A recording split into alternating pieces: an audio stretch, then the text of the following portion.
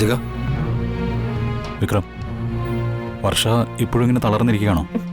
ഏയ്, അനുഭവിക്കാനുള്ളതൊക്കെ അനുഭവിച്ചല്ലേ പറ്റൂ. പക്ഷേ സന്തോഷിക്കാനല്ലേ നമ്മളെല്ലാവരും ഒരുമിച്ചൊരു യാത്രയായിട്ട് ഇവിടെ വന്നത്. ഇപ്പോൾ സന്തോഷിക്കാൻ ഒരു കാരണം കൂടി കിട്ടിയിട്ടുണ്ട്. ഇന്നേ അച്ഛൻ്റെ അമ്മയുടെ വിവാഹ വാർഷികമാണ്. എന്റെ സങ്കടത്തിനിടയിൽ ഞാനതങ്ങ് മറന്നു. ഞങ്ങളെല്ലാവരും ഒത്തുകൂടി അവരുടെ വിവാഹ വാർഷികത്തിന് കേക്ക് മുറിച്ചൊക്കെ ആഘോഷിച്ചിരുന്നു. സ്വന്തം ജന്മദിനത്തെക്കാൾ ഹാരമായിരുന്നു ഞങ്ങൾക്കതൊക്കെ. എന്റെ വിവാഹം കഴിഞ്ഞതിൽ പിന്നെ അതിനൊന്നും എനിക്ക് സമയം കിട്ടിയിരുന്നില്ല.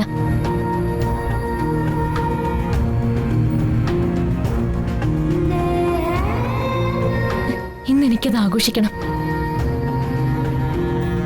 എനിക്ക് ഉടനെ അവരെ കാണണം. വിവാഹദിന ആശംസകൾ അറിയിക്കണം. ആകാലോ. എന്താ വിക്രം വരുന്നില്ലേ? വരുന്നുണ്ടല്ലോ. എല്ലാ ആഘോഷങ്ങളിലും ഞാനും ഉണ്ട്. സന്തോഷം. ഇവിടെ അടുത്ത് ഒരു കാവും ക്ഷേത്രമൊക്കെ ഉണ്ട്. നമുക്ക് എല്ലാവർക്കും കൂടി അവിടെ പോയി 2 പേർക്കും വേണ്ടി ഒരു പൂജയും വഴിപാടും ഒക്കെ നടത്തണം. ശരി, ഞാൻ ഓക്കെ. ശരി.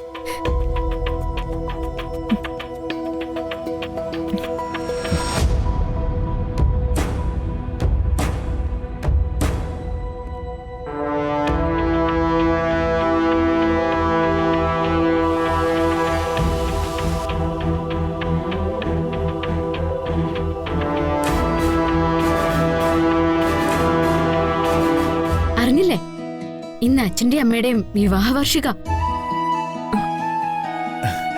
എന്നിട്ട് ആരും ഇതുവരെ പറഞ്ഞു കേട്ടില്ലല്ലോ. ഞാനിവിടെ വന്നതിനു ശേഷം അതിനെക്കുറിച്ച് ഓർത്തത്. വിവരം പറയാൻ ചെന്നപ്പോ അച്ഛനമ്മയ്ക്ക് പ്രസന്റേഷൻ കൊടുക്കുന്നതാ കണ്ടത്.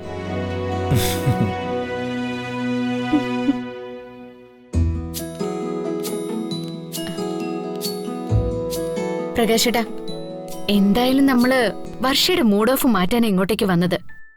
അതിന്റെ കൂടെ അച്ഛന്റെയും അമ്മയുടെയും വിവാഹ വാർഷികം കൂടി അങ്ങ് ആഘോഷിക്കാം. പാവം, അവർക്ക് സന്തോഷാവട്ടെ. ഇവിടെ തൊട്ടടുത്തൊരു കാവുണ്ട്. നമുക്ക് അച്ഛനും അമ്മയും കൂട്ടി അവിടെ പോയി വഴിപാടുകളൊക്കെ നടത്തി പ്രാർത്ഥിക്കണം. അതിനായി എല്ലാവരും തയ്യാറായിട്ട് നിൽക്കണമെന്ന് പറയാനാണ് ഞാൻ വന്നത്. സുചിത്രടുത്തി പെട്ടെന്ന് റെഡി ആയിക്കോ. ഹരിതേ. ഓ പിന്നെ കുഴിയിലേക്ക് കാലു നീട്ടിയിരിക്കുന്നവരുടെ വിവാഹ വാർഷികം.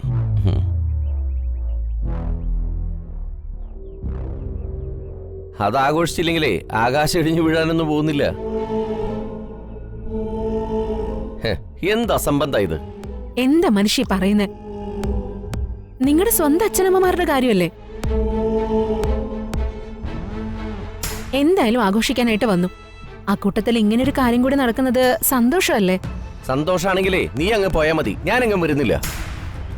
കാവിലെ ക്ഷേത്രത്തിൽ പോയി പ്രാർത്ഥിച്ച പലർക്കും ഭാഗ്യക്കുറി അടിച്ചിട്ടുണ്ടെന്നാ കേട്ടത്. അതുകൊണ്ട് അച്ഛൻ അവിടെ പോയി പ്രാർത്ഥിച്ചിട്ട് ഭാഗ്യക്കുറി എടുത്താ അടിക്കുമെന്നാ പറഞ്ഞത്. വൃത്തികെട്ടവനെ. അയ്യോ, ഇങ്ങനെ മനസമാധാനം തരാത്തൊരു ജന്മം. ഇടത്തേക്ക് ഇപ്പളാ മനസ്സിലായി. കൈ